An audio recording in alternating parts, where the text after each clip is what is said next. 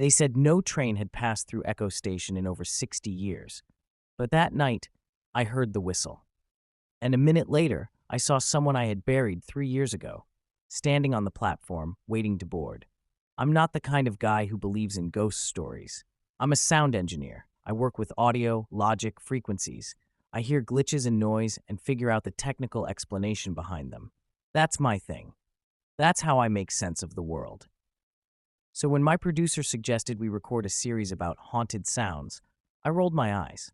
But hey, work is work. We had this concept: visit old sites, record ambient audio, and see what came up. If we captured something weird, great. It'd make good content. If not, we'd just mix in some atmosphere and sell the story. Echo Station was one of the last places on our list, a forgotten stop deep in the woods, completely off the map. No cell signal, no road signs, no real history except for one incident: a train crash in 1962. Apparently, all the passengers were lost in the fire. The tracks were decommissioned shortly after, and the woods just swallowed everything. I made the hike alone, 2 hours from the main road. The sun was starting to dip below the trees when I reached it. The station was still standing, rotting wooden beams, rusted signage, warped rails poking through moss. It was quiet, not just the usual forest quiet. I mean dead quiet, like the air itself was holding its breath. I unpacked my gear: microphones, recorder, reel-to-reel backup, because yeah, I'm old school like that. I sat on the edge of the platform and hit record. I didn't expect anything. That was my first mistake. At first, it was normal. Wind in the trees, distant bird calls, the faint creaking of old wood under its own weight. But then, something changed.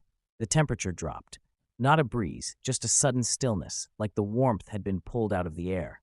I reached for my thermos and noticed something strange. The condensation on the metal was freezing.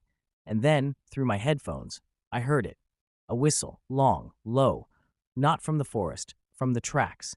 I tore off the headphones. Nothing. No sound. But the recorder kept rolling, the signal bars peaking for a moment, like something had passed through. I scanned the forest. Nothing. Just the fog thickening between the trees. I told myself it was a fluke, feedback, wind, a temperature shift. But then I noticed something even more off. My backup reel, the analog one, it had started playing backward. I never hit playback. I leaned in and listened. There was something in the static, a voice, my voice, but twisted, warped, saying things I don't remember saying: don't board the train, don't board the train, don't, cut, then silence, and then another voice, not mine. We already did. I backed away. I wanted to leave, pack up, forget the whole thing. But just then, something caught my eye at the far end of the platform. Movement. A figure. A man. Wearing a conductor's uniform, charred, faded. His cap tilted over his face. He stood perfectly still. Then slowly raised one hand and pointed behind me. I turned, and my heart stopped. There were passengers on the platform. Not just one. Dozens. Women. Kids. Silent. Still. Outdated clothes scorched and covered in soot. Their faces were blurry, almost smeared, like old photographs left in the rain. Some of them were missing limbs. One woman was holding a baby, but the baby's face was just darkness. I couldn't move. Then they all stepped forward, at the same time, and I heard it again, the whistle. But this time, I saw the lights. A train, or something like one. Not solid, flickering, transparent. But I swear to you, it was there. It pulled into the station, slow and silent, even though the tracks were warped and broken. Doors opened. Steam hissed. The conductor turned to me and smiled. His mouth was blackened and full of ash. I ran. No gear, no bag. I bolted into the woods, branches slashing my arms, lungs burning. I didn't stop until I saw headlights. My car, parked at the trailhead. I drove straight home, shaking the entire way. But when I got back, the recordings were already there. I don't mean the digital ones. I mean a reel-to-reel tape sitting on my desk, the same one I left behind. It was already threaded, already rewound, and the label read, "Final Departure, 7:12 p.m. I played it, static, then footsteps.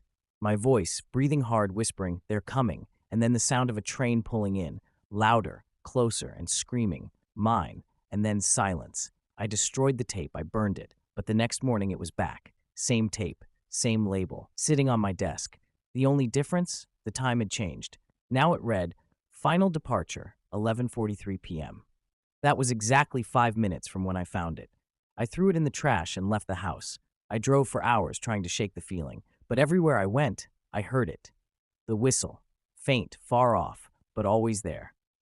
Now it's been 2 weeks. I haven't slept. I've tried destroying every copy, every mic, every hard drive, but the sound keeps finding me. Last night, it came through the radio. This morning, it came through my phone, even though it was off. Just now, it came through my headphones. I wasn't even recording. I think it's not a sound anymore. I think it's a destination. I don't know when the train will stop for me, but I hear it getting closer every night. And the worst part, I think I've already bought my ticket.